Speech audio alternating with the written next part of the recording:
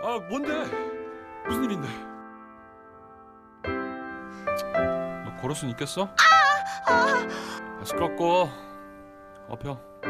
뭐? 기어서 들어가기 싫음 어필하고. 너도 많이 놀랬지? 조금만 더 버티자. 네, 성우가 되고 싶어 했던 청년이었습니다. 바로 지금 전에 들으신 이 목소리의 주인공인데요. 달아나세요, 불이 났습니다 라는 세상에서 가장 아름다운 목소리를 남긴 채 저 세상으로 떠났습니다. 이 불길 속에서 이웃 20여 명의 목숨을 구했습니다. 초인종 의인 안치범 씨를 애도하는 애도 물결이 계속 이어지고 있습니다. 유족은 안치범 씨의 의로운 죽음을 기리기 위해서 장례 절차가 마무리되는 대로 의사자 신청을 할 계획인데요. 백기종 팀장과 함께 살펴보도록 하겠습니다. 안녕하십니까? 네, 안녕하십니까? 일단 사고 내용 그렇습니다. 간단하게 먼저 좀 네, 그렇습니다. 당시 상황 정리를 먼저 해주시죠. 지난 9일 새벽 4시경이 조금 넘었습니다. 서울 마포구 서교동에 있는 5층 건물 21개 원룸이 있습니다. 근데 여기 4층에 거주하는 안치범 씨가 이 불이 난 걸 발견을 하고 일단은 1층으로 내려와서 네, 화면 나와요. 나왔다가 그래서 신고를 먼저 합니다. 119에. 예.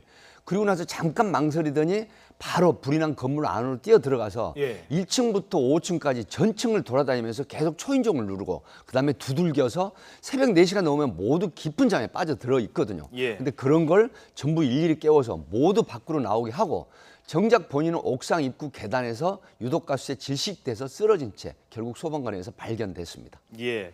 자, 이 사실이 이제 알려지면서 애도의 물결이 계속 이어지고 있습니다. 이미 이제 보도가 됐던 내용이었습니다만 애도의 물결이 계속 이어지고 있는데요. 저희들이 그래픽으로 정리를 좀 해보도록 하겠습니다.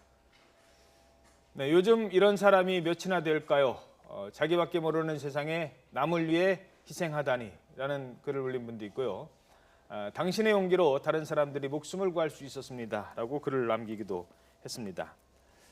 또 나만 아는 부끄러운 세상에 초인종을 울린 청년이다라는 얘기도 했습니다. 최고로 멋진 목소리를 내고 천국으로 가셨네요. 자, 우리는 당신을 진정한 성우라 부르겠습니다. 경찰관으로서도 이런 사건 그렇습니다. 접하면 정말 좀 남다르실 것 같아요. 그렇습니다. 저는 이제 경찰 출신으로서 더욱 감동이 크고 정말로 그 이분에 대한 희생이 정말 감사하고 고맙다는 생각을 하는데 앰뷸런스가 급한 환자를 태우고 가는데도 비켜주지 않죠. 오히려 그 뒤에 길이 트이는 그 앰뷸런스 차를 뒤따라가는 그런 정말로 나쁜 사람들도 있는데 이런 경우 정말 본인의 어떤 안전을 고려하지 않고 모두 21개 룸을 다 돌아다니면서 두들기고 초인종을 누르고 다 대피시키고 본인은 정작 유독가스에 질식해서 옥상 입구 계단에서 결국 사망을 한 그런 상황인데 이런 사람이 세상에 굉장히 많았으면 좋겠지만 사실은 그렇지 않거든요. 예. 그래서 본인이 먼저 안전을 생각하고 본인의 생명을 먼저 생각하는데 이분 안치범 씨 같은 경우에는 정말로 자기 안전을 전혀 고려하지 않고 남의 생명을 남의 안전을 먼저 위한 이런 정말 의로운 일을 한 부분입니다. 그래서 예. 정말 저는 경찰 출신으로서 너무 감사하고 고맙고 그 희생이 계속 길어져야 된다 생각을 합니다. 예. 자, 그런데 이제 이 사건이 발생을 한 뒤에 그 부모 입장에서는 우리 아들이 다른 사람 목숨 구했다는 거는 좋지만 세상에 자식 잃고 슬퍼하지 않을 부모가 어디 있겠습니까? 그 부모의 얘기를 20대에 꽃다운 아들을 떠나보낸 이 부모의 얘기를 좀 들어보시죠. 내가 아들을 만나고 우리 아들이 맞긴 맞는데 아니라고 그러고 싶더라고. 아니었으면 하고 싶더라고. 그러니까 참 잘했다는 생각이 들어요. 훌륭하게 잘했다. 미안하고 그동안에 아들에 대해서 참 많이 내가 몰랐구나. 어느 엄마나 다 마찬가지지만 소중한 아들이니까 원망스러웠지. 나는 말리고 싶은데 내가 말려도 또 할 거란 생각이 들더라고요. 그래서 마지막 순간에 내가 쓰러지면서 잘했다고 칭찬해 줬어요. 자랑스럽다. 네, 자식을 떠나 보낸 뒤에 사실 저런 인터뷰하는 부모 많지 않고요. 어렵습니다. 근데 그 이 의인의 가족이라고 하죠. 안치범 씨의 할아버지, 아버지 이 집안 내력도 참 남달랐다고요. 네, 뭐 이 상황에 꼭 그런 그 말씀을 드리긴 뭐하지만 어찌됐든 간에 그 할아버지가 군인 출신으로서 지금 대전 현충원에 안장돼 계시고요. 예. 그다음에 이제 이 안치범 씨 아버지죠 안강명 씨가 62세 되시는 분인데 행정고시 21회 출신입니다.